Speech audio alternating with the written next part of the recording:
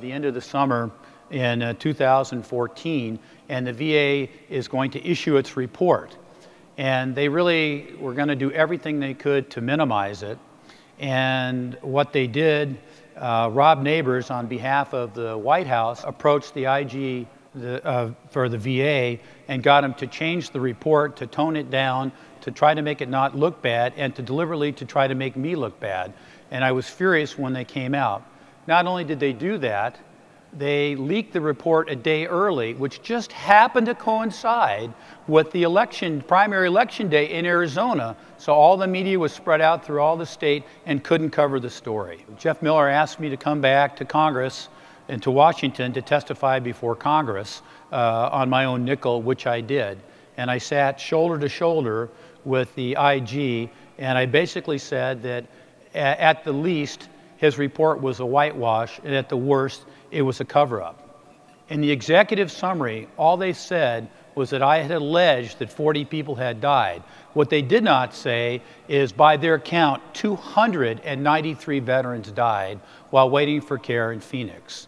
The other item that they left out was that they were only able to review what happened to a little over 5,000 veterans when actually 9,000 were involved. So the real number could have been as high as 500.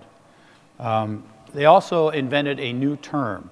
They said that they could not conclusively assert that the delays were related to the deaths. And that's a penalty of 100%, that's an issue of 100% probability. And the VA has always gone by the more likely than not standard, except in this case. And one of the things we were able to do there was to get them to admit that in some cases, the delay may have led to the death. In some cases, may have. There was a case that I remember just as flagrant as any. A gentleman had suffered sudden death, and he had been resuscitated by being a little shocked by the paramedics, and it saved his life. He needed, for his cardiac condition, a pacemaker defibrillator. The VA stalled for months. The gentleman had another arrest, and he died from it. How can you possibly say that you cannot conclusively assert, or any other term, that this man's death was not related to his delay in care? But that's what they did.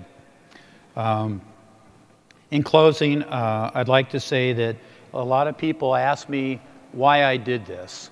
And I've asked myself that many, many times. And I think the #1 reason was because if I knew that if I didn't come forward, Sharon Hellman was on a track to become the next vision director, higher up over a hospital director, and that she would be able to continue this fraud that was being perpetrated against our Arizona veterans. And I just didn't think I'd be able to sleep at night if I allowed that to happen.